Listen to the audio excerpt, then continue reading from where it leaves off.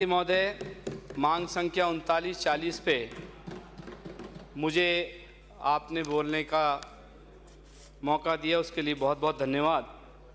सबसे पहले तो मैं हमारी पूर्ववर्ती सरकार के तत्कालीन मंत्री और मुख्यमंत्री जी को बधाई देना चाहूँगा कि मात्र 22 महीने की अवधि में जिस तरीके से शानदार विधायक आवास और कॉन्स्टिट्यूशनल क्लब बनाकर 22 महीने में हम लोगों के लिए उपलब्ध कराया, उसके लिए बहुत बहुत धन्यवाद। चूँकि हम काफ़ी वर्षों से देख रहे थे कि विधायक आवासों की जर्जर व्यवस्था दयनीय थी, उसकी रिपेयर नहीं हो रहे थे। इसी तरीके से जब हमारी सरकार थी तब जयपुर शहर में यातायात के मद्देनज़र हवा सड़क एलिवेटेड रोड का निर्माण, ROB LC 70 Sitapura, ROB LC 200 Bassi, Jaipur Tonk road स्थित बम्बाला पुल का चौड़ाईकरण, ROB जाहोता, LC 211 Jaipur Delhi railway line का विस्तार, जयपुर के 7 चौराहों को जिस तरीके से हमारी सरकार ने जो आज हम फेस कर रहे हैं ट्रैफिक की प्रॉब्लम को, उसको मद्देनज़र रखते हुए समय से हमने प्लानिंग की थी।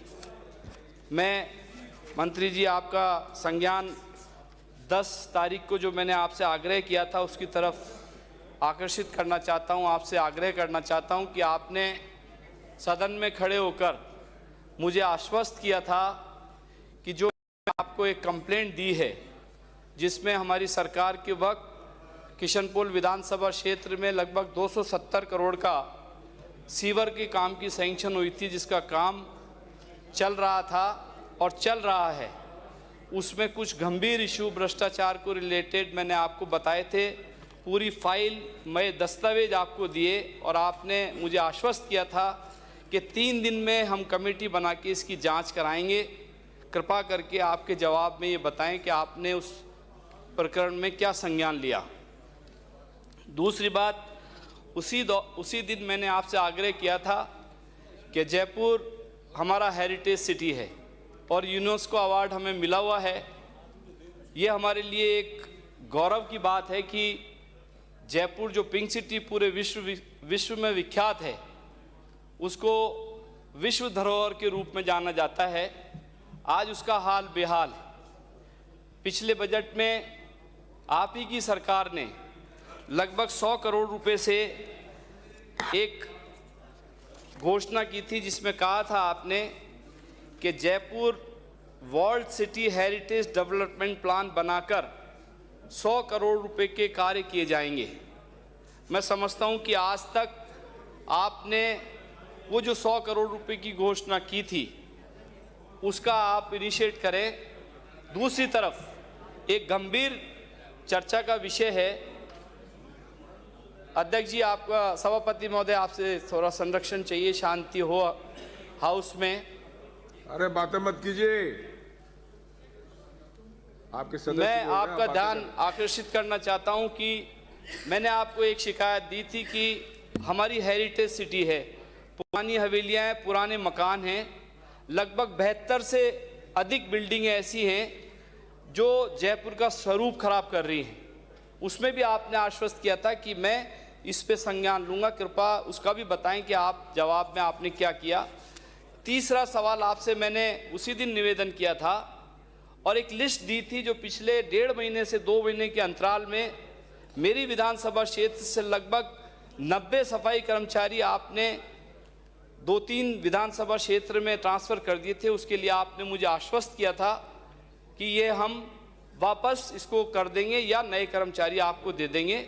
मेरा आपसे आग्रह है कि जयपुर हेरिटेज सिटी है, टूरिस्ट भी आता है और आज जयपुर की स्थिति बहुत दयनीय है।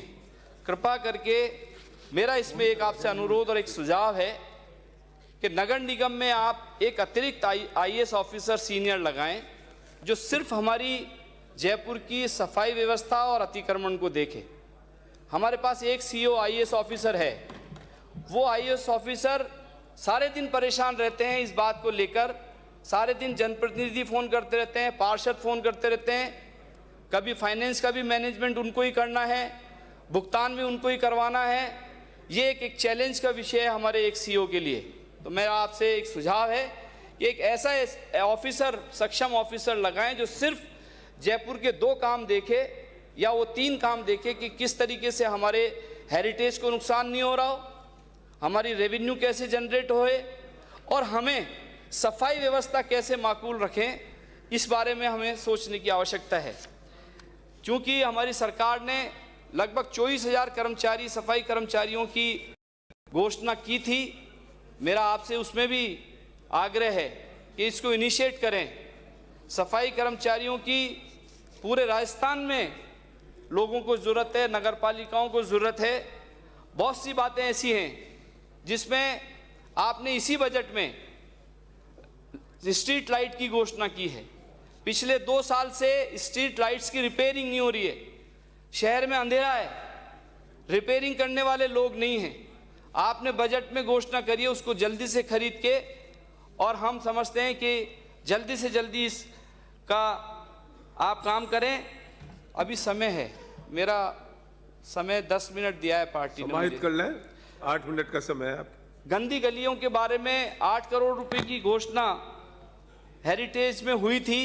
मैं आपसे उससे भी आपको याद दहानी दिलाना चाहता हूं कि इस पे भी आप इनिशिएट लें। शहर सड़ रहा है बुरी तरीके से, अतिक्रमण की भरमार है, लोग परेशान हैं। एक बहुत इंपॉर्टेंट इशू कि एक गरीब आदमी अगर 40 गज का मकान रिपेयर भी कर रहा है, प्लास्टर भी कर रहा है, पुरानी, अब की बारी बारिश बहुत हुई थी, बारिश होने की वजह से लोगों की हालात, हमारे यहाँ पुराने हवेलियाँ हैं, किसी के पास में 40 गज है, किसी के पास 50 गज है, किसी के पास 3 कमरे हैं। आपका अधिकारी जाता है और जाके उसको एक नोटिस देता है। नोटिस इशू होता है 20 तारीख को, चस्पा करता है 24 तारीख को, और उसको 3 दिन का जवाब देने का अवसर देता है, जिसमें सैटरडे संडे आ जाता है, और मंडे को जाके सवेरे 6 बजे सील कर देता है। ये कहाँ का न्याय है? ये कौन न्याय देगा? हम और आप मिलके इस बात को नहीं करेंगे तो कौन आएगा? इसके लिए हमें गंभीर चिंता इस बात की है कि 40 से 50-60 गज वाले मकान को आप रिपेयर नहीं कर सकते, और 500-500 गज की हवेलियां तोड़ के बेशुमार इमारतें कॉमर्शियल कराई जा रही हैं। इसलिए मैं आपका ध्यान दिलाना चाहता हूं, बहुत सी बातें हैं। मैंने आपसे जो 3 प्रश्न किए, कृपा करके उसका जवाब अपने जवाब में दे दें। अंत में मैं सिर्फ इतना सा कहूँगा कि जो आपने बजट में घोषणाएं की हैं, जो मेट्रो का, रेल कॉरपोरेशन के साथ आपका जो अनुबंध हुआ है भारत सरकार का, जिसमें आपने फेज़ 1 में जिसकी डीपीआर बनी थी हमारे वक्त पे, उसमें रामगंज से लेके ट्रांसपोर्ट नगर तक का जो बड़ी चौपड़ से लाइन जा रही थी, उसमें आपने किसी विधायक के दबाव में रामगंज स्टेशन को, इसको एलिमिनेट कर दिया। जबकि उसके अंदर आज भी अगर आप देखेंगे, कॉन्ट्रैक्टर से बात करेंगे, हमारी वर्क ऑर्डर में है वो स्टेशन, और फिजिबिलिटी है, उसकी फिजिबिलिटी हुई तभी स्टेशन बना था। उसके अंदर आधे अधूरे स्टेशन को आपने बाईपास कर दिया। मैं समझता हूं इसमें विचार करने की जरूरत है। एक तरफ हम ट्रैफिक से जूझ रहे हैं, और ये आप इसका, मैं समझता हूं कि इसका जवाब देंगे। बहुत सारी बातें हैं, लेकिन मैं सिर्फ अंत में, सभापति महोदय, आपने मुझे मांग